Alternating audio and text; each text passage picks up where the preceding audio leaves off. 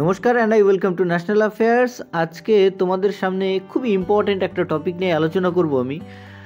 তার আগে তোমাদের কাছে জিজ্ঞেস করবো একটা কোশ্চেনটা হলো, which of the following fair is the second largest fair in India? তো সেকেন্ড লার্জেস্ট ফেয়ার কোনটা, মানে মেলা কোনটা, সেটা তোমরা আমাকে কমেন্ট সেকশনে জানাও। যার উত্তরটা সঠিক হবে তাকে দিয়ে দেবো একটা হার্ট রিয়াক্ট, এবং আমি চেষ্টা করব এই কোশ্চেনটার উত্তর ভিডিওর শেষে দিয়ে দেওয়ার। আজকে যে আমাদের টপিক, সেই টপিকটা হলো, আচ্ছা তার আগে তোমাদেরকে আমি একটু দেখিয়ে নিই। এই হচ্ছে আমাদের ভারতবর্ষ থেকে এবার আমি যাব জুম ইন করব। জুম ইন করার পরে তোমরা এখানে দুটো ব্লু লাইন দেখতে পাচ্ছ। উপরে হলো গোদাবরী নদী, নিচে হলো কৃষ্ণা নদী।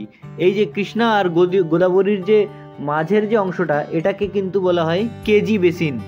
কি বলা হয়? KG basin. তাহলে তোমাদের কাছে টপিকটা এটাই যে KGWN 98/2 এটি একটি প্রাকৃতিক তেল এবং গ্যাসের খনি। অন্ধ্রপ্রদেশের থেকে মাত্র 35 কিলোমিটার দূরে KGWN 98/2 এই খনি অঞ্চলটি কিন্তু অবস্থিত। কেজি কথার অর্থ কৃষ্ণা এবং গোদাবরী। তোমাদেরকে আগে আমি বললাম, এই খনি থেকে এতদিন পর্যন্ত কিন্তু ন্যাচারাল গ্যাস উৎপাদন করা হতো, কিন্তু বর্তমানে এই প্রথম ONGC উৎপাদন করতে শুরু করলো অপরিশোধিত তেল। এই তৈলক্ষেত্রটি অনেক আগেই কিন্তু আবিষ্কার করেছিল, কিন্তু অত্যন্ত জটিলতার কারণে কিন্তু এতদিন তেল উৎপাদন করতে পারেনি।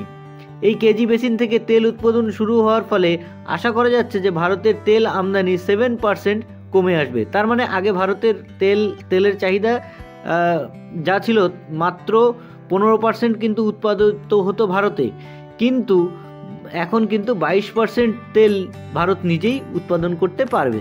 আগে কিন্তু ভারতবর্ষ 85% তেল কিন্তু আমদানি করত বিদেশ থেকে, কিন্তু ভারতবর্ষে এই যে কেজি বেসিনের থেকে তেল উৎপাদন শুরু হওয়ার পর থেকে ভারতবর্ষ কিন্তু নিজেদের প্রায় 22% উৎপাদন করার সঙ্গে সঙ্গে তেল আমদানির পরিমাণও কিন্তু ভারতবর্ষে কমে আসবে। তো এই ছিল আমাদের আজকের টপিক। এবার আমরা চলে আসবো আমাদের কোশ্চেনটাতে। কোশ্চেনটা ছিল, which of the following fair is the second largest fair in India? Option A Kumbh Mela, option B Pushkar মেলা, অপশন সি গঙ্গাসাগর মেলা, অপশন ডি সোনপুর মেলা।